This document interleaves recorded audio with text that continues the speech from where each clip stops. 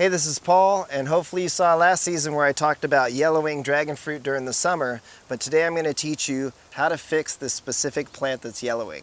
Now this is Paul Thompson 6S I got from Leo Manual, and it gets a lot of sun this time of year, and it's just coming out of dormancy, but you can see how yellow it is. So over here, I put some burlap on it and left it alone a few weeks ago. You can see it's slightly greener, but in my opinion, that's not enough. It definitely needs some more help. So I'm going to show you all the steps that I do to treat a dragon fruit that's this yellow. First step, I'm going to talk about soil.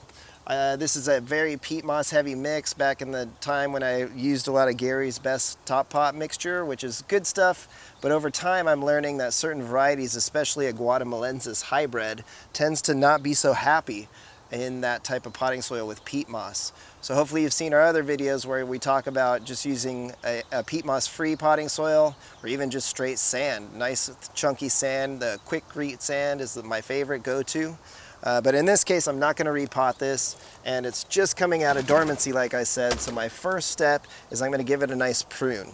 Specifically, I'm going to pick anything with any pathogens there. You can see that's a little bit extra sun damage there. It's kind of whitening, so that's not happy. So anything that's kind of small that I'm not too interested in keeping. And the reason why I'm doing this is going to help the plant with a wound response. It's going to sense that it's been damaged or had some pieces cut off, and in my experience that's a good sign, because these plants really like to have some sort of wound and then they react, in my experience. So anything that's really hanging up or ugly, I don't see much rust here. It looks like a pretty healthy plant. Might cut a few more, like the short one here. That seems to be a pretty common plant trait. I mean, most things when they get trimmed, right, they kind of have a trigger to respond. Definitely, right, yes. Right. And especially I'm looking for these small, tiny branches. And as you can see, this is still a really healthy plant. And in this stage of yellow, I mean, it's got a little rust there.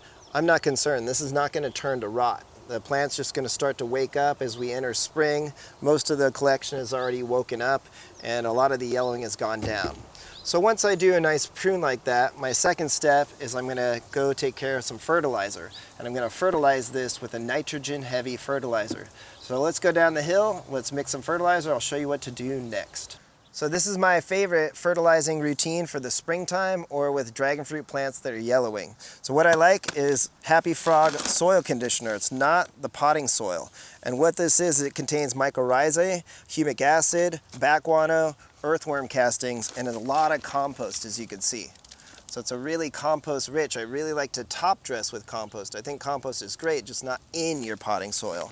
And then absolutely our favorite, hopefully you've seen videos about Grow Power Plus. I'm really excited because the company is now making it in Arizona, or the name is making it under a different company. And this is great, 531. So it's really nitrogen rich. Also, this is gonna be a nitrogen rich fertilizer. Did they change the recipe at all? No, it looks similar. Maybe the granule's a little bigger, but from what I've read and understand, it's the same recipe. They're just manufacturing it in, I think, Gilbert, Arizona now, under a different company. Got it. So I mix it up, just kind of maybe, I eyeball it. I'll put in quite a bit of the Grow Power Plus. It's definitely in there. You can see some of the pellets, but the majority of it is the soil conditioner.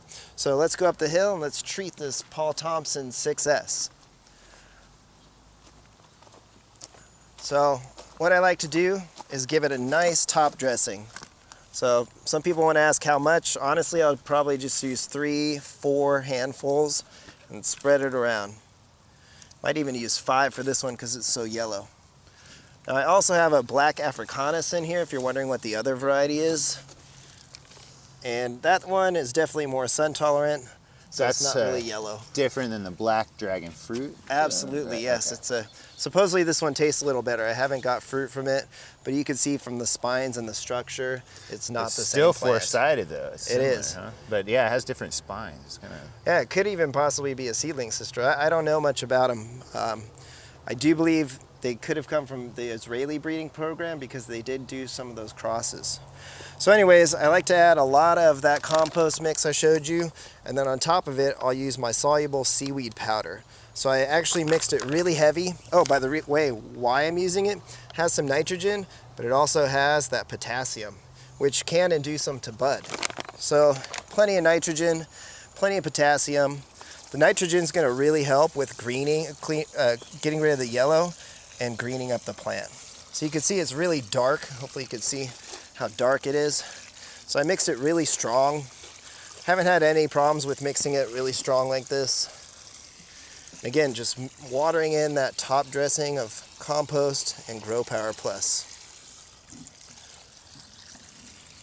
Yeah, and maybe explain why you don't want that organic matter in the soil. Like what eventually happens there? Over time, it's documented and I've experienced it quite a bit, is after about season 3, that compost turns anaerobic. So the soil gets really anaerobic as the compost breaks down, and then the roots really get damaged because they're not getting enough oxygen. Right. So using a sand-based, silica-based potting soil, you're always going to get that oxygen in there. And then top dressing with compost, you're going to get the fertilizer you need.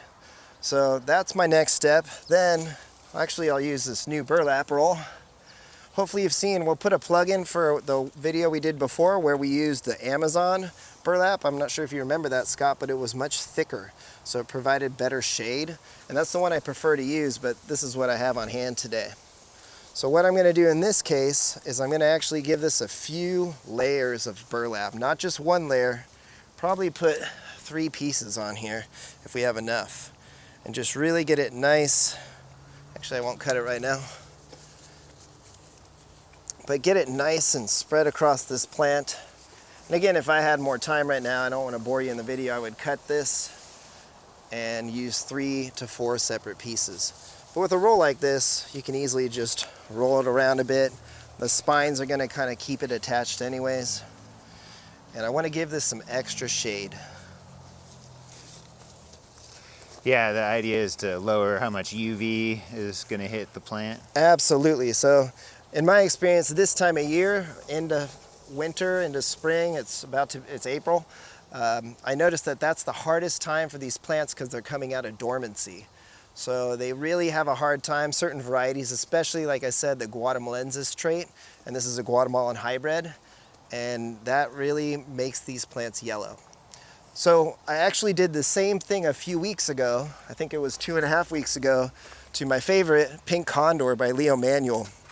I hadn't covered it, I only fertilized it, and you can see it's got a lot of new growth, and this was really yellow, probably about as yellow as that 6S, and look at it now. Really greening up nicely. Still got a little yellow tint, but in another week or 2, this thing's gonna be a beautiful green, and you can see all the new growth. I don't know if you saw that. Look, all the new branches forming here, here, here. Probably have to give it a prune. And again, if you look a little lower, you can see just how beautiful and green it is. So as the fertilizer kind of travels up the plant, you're gonna see it greening from the base up in my experience. So kind of gets to the tips later on. So there you go, that's how I treat my yellow dragon fruit and the yellowing plants in the springtime, and it's been really successful for me for the past couple years. So give us a like, subscribe, thanks for watching.